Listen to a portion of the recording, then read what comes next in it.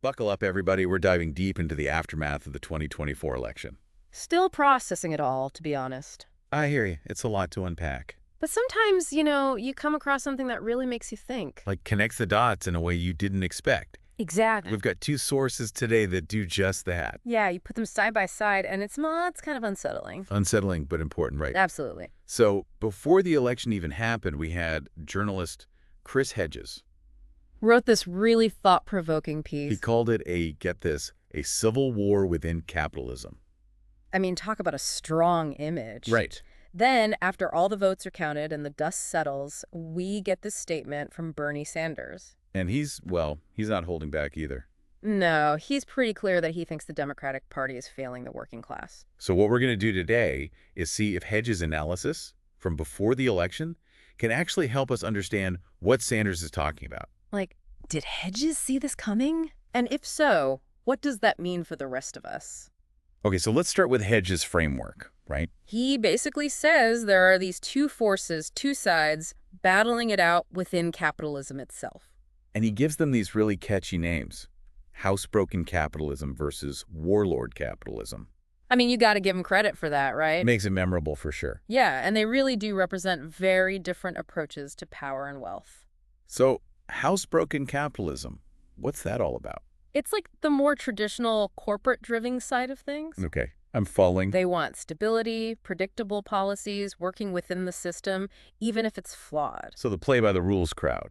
Exactly, and they benefit when things stay more or less the same. And Hedges puts people like Biden and Harris in this camp. Exactly, they kind of embody that approach. Gotcha. So then what about Warlord Capitalism? Now, those are the disruptors. The rule breakers. More like the rule benders, they thrive on chaos, breaking things down. And extracting wealth as quickly as possible, no matter the cost.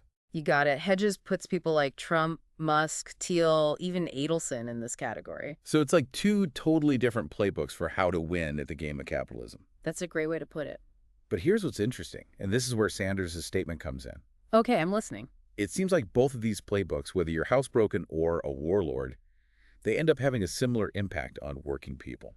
Now that's a key connection we need to explore. Right. And Sanders is talking about this feeling of being left behind, abandoned. Yeah, he talks about wages not keeping up, cost of living skyrocketing, healthcare, education, all getting harder to afford. And no matter who's in charge, it seems like these problems just keep getting worse. Exactly. And what's fascinating is that Hedges gives us concrete examples of how both housebroken and warlord capitalism contribute to these very problems. Okay, lay it on me. So on the housebroken side, he points to things like NAFTA or the deregulation of banks. Classic examples of putting corporate interests above the well-being of workers. Exactly. And then on the warlord side, he talks about private equity firms gutting companies, leaving workers and communities in the dust. Right, or Silicon Valley pushing for automation that could put millions out of work. Precisely. It's like they're two sides of the same coin. One's a slow squeeze, the other's a more aggressive dismantling. And either way, working people seem to get caught in the middle. So maybe this helps us understand why Sanders is so concerned about the Democrats losing their base. It's like he's saying both these approaches, housebroken and warlords, are pushing people away. Because neither one is truly representing their interests. Exactly, and that takes us right to the heart of what Sanders is lamenting. Right. The feeling that the system itself is rigged. Okay, so we've got Hedges' framework of these two competing forces, and we've got Sanders' call for a political revolution. Two pieces of the puzzle. Now let's see how they fit together and how they might help us make sense of the bigger picture. The forces shaping our political and economic reality. That's what we're here to explore. And this is where Hedges gets really, kind of prophetic almost. Okay, how so? Remember, he talks about this civil war within capitalism, right?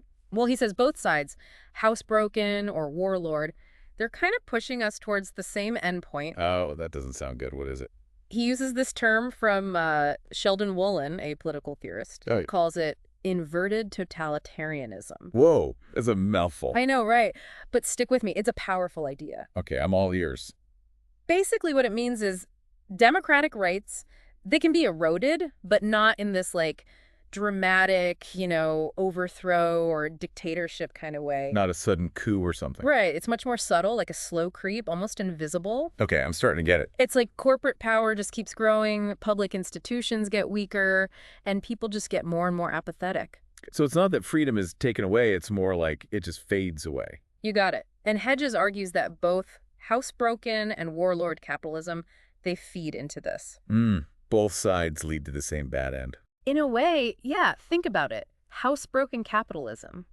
That can lead to all these cozy relationships between corporations and the government. Right, where regulations get weaker and corporate interests come first. Exactly. And then on the warlord side, well, they're actively trying to dismantle those regulations, any kind of accountability, really. So you end up with power in the hands of fewer and fewer people. Right, whether it's through lobbying, campaign donations, or just the sheer economic power of these corporations and the super rich. And that brings us back to Sanders, doesn't it? It sure does, because this erosion of democracy, it leaves working people with less and less power. They have no say in what happens to them. If the system is rigged, their voices aren't heard, they feel like they don't matter, well, of course they're going to feel abandoned and disillusioned. So Sanders' call for a political revolution, it's a direct response to this inverted totalitarianism that Hedges is warning about. I think that's a very valid interpretation. He's saying we need to take back our democracy, make it work for working people. Not just the elite. Right. He wants a system that prioritizes everyone, not just those at the top. And Hedges doesn't just leave it at that. He gets pretty specific about the consequences of this inverted totalitarianism. He does. He talks about things like debt peonage, where people are basically trapped in this cycle of debt they can never escape. Student loans, medical bills, credit cards, all that. Yeah, it keeps people financially insecure, dependent on a system that's not working for them. Then there's the whole issue of wages stagnating, people working harder but not getting ahead. Exactly. And Hedges uses this term Weimarization to describe what's happening to the working class. Weimarization. It refers to Germany between the world wars, when things were really bad economically and politically. Leading to the rise of fascism. Exactly. And it's a stark warning, you know? Yeah. Letting this inequality and democratic erosion go unchecked can lead to some pretty dark places. So Hedges is saying both housebroken and warlord capitalism, they can take us down a dangerous path. That's the argument, yeah. And it's not just him either. He quotes this economist, Michael Hudson. Oh yeah, I've heard of him. Hudson talks about economic parasitism, where certain sectors of the economy are basically just extracting wealth from everyone else. Without actually contributing anything. That's the idea.